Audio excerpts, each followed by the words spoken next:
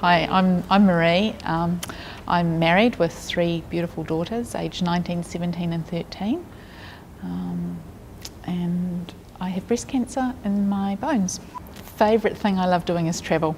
I love exploring new cities and the history of places. I love the food in the places, meeting new people.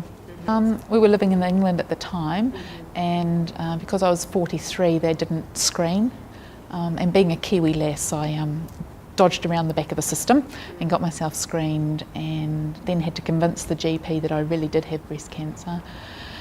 And we got on a plane and came home to where we felt there was better help, and that worked really well for me. And so 2011 was, the mastectomies and tram flaps and reconstructions, etc., etc. And then in 2013 in December I was diagnosed with secondary in my bones, and that felt like being hit by a train. You thought you were hit by the truck initially, and now you've been hit by the train. So it was quite tough. So I had a total hip replacement with that because it had eaten away all into my hip, and I had no idea. I had no pain, nothing. And since then I've had 2 or 3 other little ones that have popped up that we've found, about the size of peas, that I've just had radiotherapy on, and I've been very grateful that that's the treatment that's really been most successful so far, because all of the hormone drugs have failed me, which is why I've got all the other tumours. You're being managed currently on radiotherapy? Just radiotherapy and some bone strengthening drugs called denosumab, which works in a slightly different way to some of the others. So yeah, that's all I'm on, and there is a reason for that. Yeah. Feeling like it was a death sentence. I'd been given an immediate death sentence without even really knowing what would be coming next. That's just what it felt like, that I was just going to be given a death sentence. That's it. Your life here is done. I'm very grateful for things. I've learnt to be very grateful for lots of things, even down to the, the lollipop man type situation, just all sort of little things. But I think it just makes you more aware of what to be grateful for. Well, because I'm hormone positive, there are no more hormone medications for me because they've all failed me, and so the next medication would be everolimus, or the ultimate for me would be the palbociclib. But of course both of those are not funded here.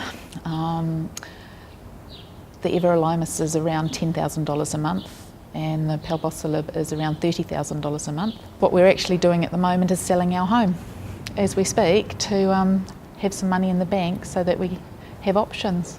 How do you feel about the fact that these aren't funded in New Zealand but you can get them in Australia?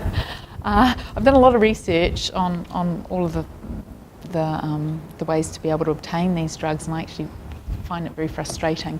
We live in a beautiful country, and it's absolutely fantastic as long as you're well, and as soon as you're sick it's not a nice place to live. It feels very third world.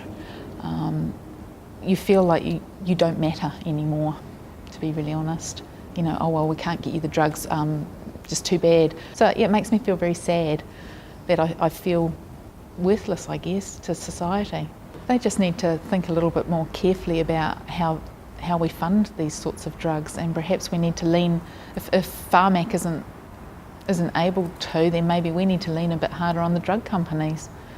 I don't know, and just get some more power from the government, perhaps pushing forward to help us, because without the people in the country then there is no country. Yeah. I hope to be here to see my grandchildren. I think that I have a lot to offer still, and that's all I really want. I'm not asking to live till I'm 80. I would love to just have my disease managed, just be able to manage my disease. I'm not looking for a miracle cure. I don't want the moon. I just want a little bit